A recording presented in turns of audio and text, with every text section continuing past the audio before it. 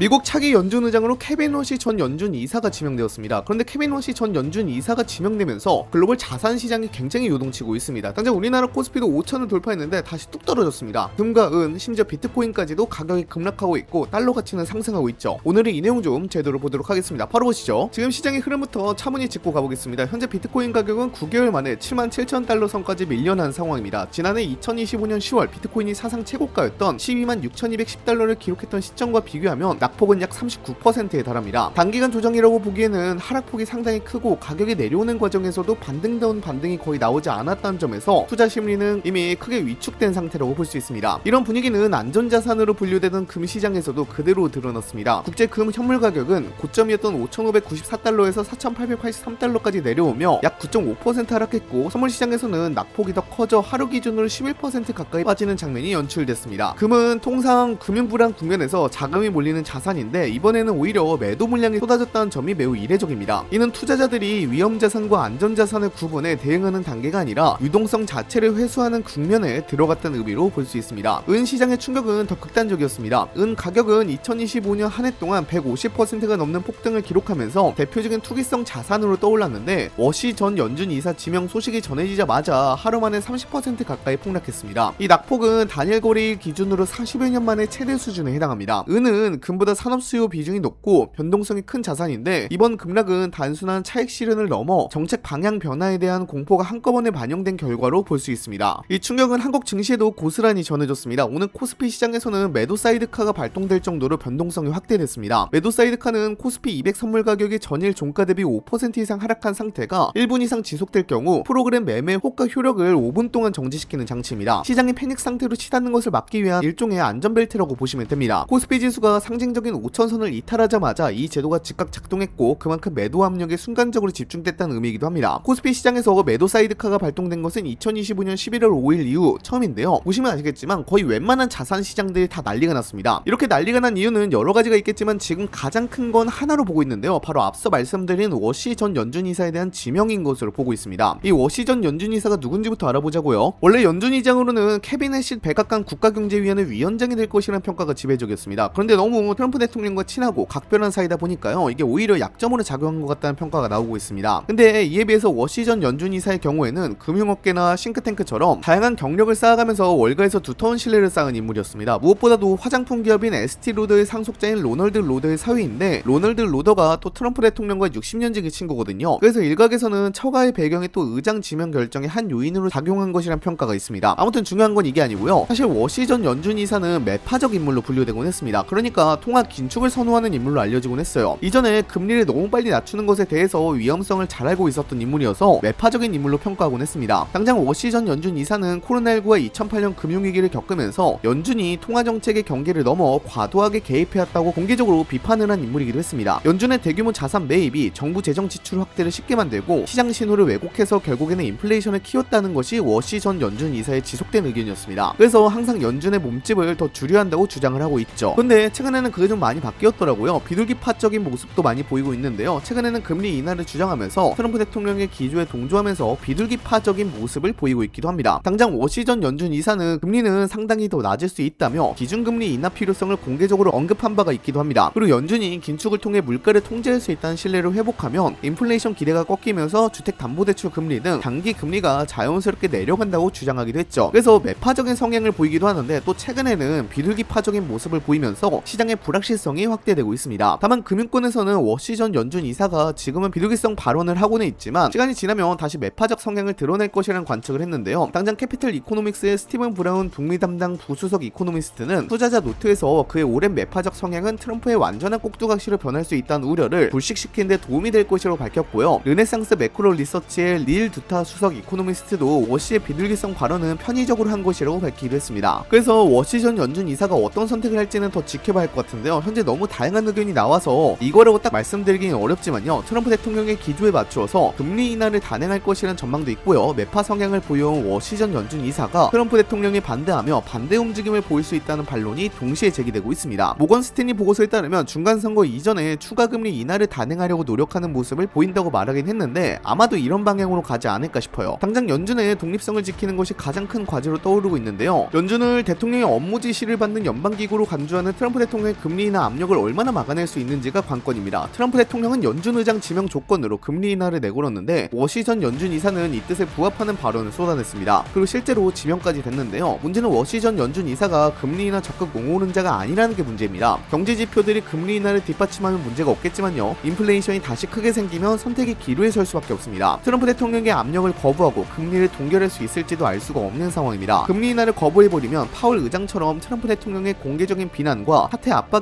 내몰릴 가능성도 있고요. 만약에 워시 전 연준 이사가 정치적인 금리 인하에 나서버린다면 많은 투자자가 미국 자산 매각을 하려고 할 가능성도 충분히 있습니다. 이번 사태를 조금 더 깊게 들여다보면 이건 금리를 올리느냐 내리느냐의 문제가 아니라 미국 통화정책 자체에 대한 신뢰가 흩날리고 있다는 점이 핵심입니다. 연준이란 기관은 그동안 정치와 거리를 두고 오직 물가 안정과 고용이란 목표를 기준으로 움직인다는 전제가 있었기 때문에 글로벌 금융 시스템의 중심축 역할을 해올 수 있었습니다. 투자자들은 연준이 어떤 결정을 내리더라도 그 판단의 기준이 정치적 유불리가 아니라 경제 지표와 장기적인 안정성이 있다는 믿음을 가지고 미국 자산에 돈을 맡겼습니다. 그런데 이번처럼 연준 의장 지명이 대통령의 금리 인하 요구와 강하게 맞물려 해석되기 시작하면 이 전제 자체가 흔들리게 됩니다. 연준이 정치 권력의 영향 아래 들어간다는 인식이 굳어질 경우 가장 먼저 타격을 받는 것은 금리가 아니라 신뢰입니다. 미국 국채는 세계에서 가장 안전한 자산으로 여겨져 왔고 달러는 글로벌 기축통화로 기능해왔으며 미국 주식시장은 그 신뢰 위에서 프리미엄으로 받아왔습니다. 이 세 가지는 서로 따로 노는 자산이 아니라 하나의 묶음처럼 움직여왔습니다. 투자자들은 연준의 독립성이 유지된다는 가정하에 국채를 사고 달러를 보유하고 미국 주식에 장기 투자였습니다. 이 구조가 흔들리면 미국 자산 전반에 붙어있던 신뢰 프리미엄이 동시에 재평가될 수밖에 없습니다. 특히 글로벌 자금의 입장에서 가장 두려운 시나리오는 정책 방향을 예측할 수 없게 되는 상황입니다. 오늘은 정치적 압력을 금리로 내리고 내일은 인플레이션이 다시 치솟자 급하게 긴축으로 돌아서는 모습이 반복된다면 그 피해는 항상 금융시장에 누적됩니다. 투자자들은 이런 환경에서 장기 계획을 세우기 어렵고 불확실성이 커질수록 위험 노출을 줄이려는 쪽으로 움직이게 됩니다. 이 과정에서 국채 금리는 불안정해지고 달러는 안전자산이라기보다는 변동성 자산으로 인식되며 주식시장도 크게 압박받게 됩니다. 이 때문에 시장은 지금 워시 전 연준 이사의 성향 그 자체보다도 연준이 앞으로 얼마나 정치적 압력을 견뎌낼 수 있는지를 주의 깊게 보고 있습니다. 연준의 독립성이 훼손된다는 신호는 한 번만 나와도 충분히 치명적일 수 있습니다. 그 신호가 반복되면 투자자들은 미국 자산을 무조건 신뢰하는 기존의 태도를 제고하게 되고 이는 글로벌 자금 흐름 전반에 구조적인 변화를 불러올 가능성까지 내포하고 있습니다. 그래서 이번 연준 의장 지명 이슈는 하루 이틀의 시장 변동으로 끝날 사안이 아니라 미국 금융 시스템의 근간에 관한 질문으로 번지고 있다는 점에서 훨씬 무겁게 받아들여지고 있습니다. 여기에 하나 더 덧붙이자면 이 문제는 미국 내부에만 국한된 이슈도 아닙니다. 연준의 신뢰가 흔들리기 시작하면 그 여파는 신흥국부터 먼저 나타날 가능성이 큽니다. 달러 유동성에 의존해온 국가들은 환율 변동성과 자본 유출 압박을 동시에 받게 되고 이는 다시 글로벌 금융시장 전반의 불안으로 되돌아옵니다. 그래서 지금 시장은 워시 전 연준 이사의 첫 정책 결정 이전부터 연준이 과연 예전처럼 세계 금융의 기준점 역할을 계속할 수 있을지 이미 의문을 던지고 있습니다. 현재 워시 전 연준 이사 지명으로 인해서 자산 시장이 크게 흔들리고 있습니다. 저도 지금 큰일 났는데요. 여러분들은 워시 전 연준 이사 지명에 대해서 어떻게 생각하시나요? 댓글로도 작성해 주시기 바랍니다. 이상 영상 마치도록 하겠습니다. 감사합니다.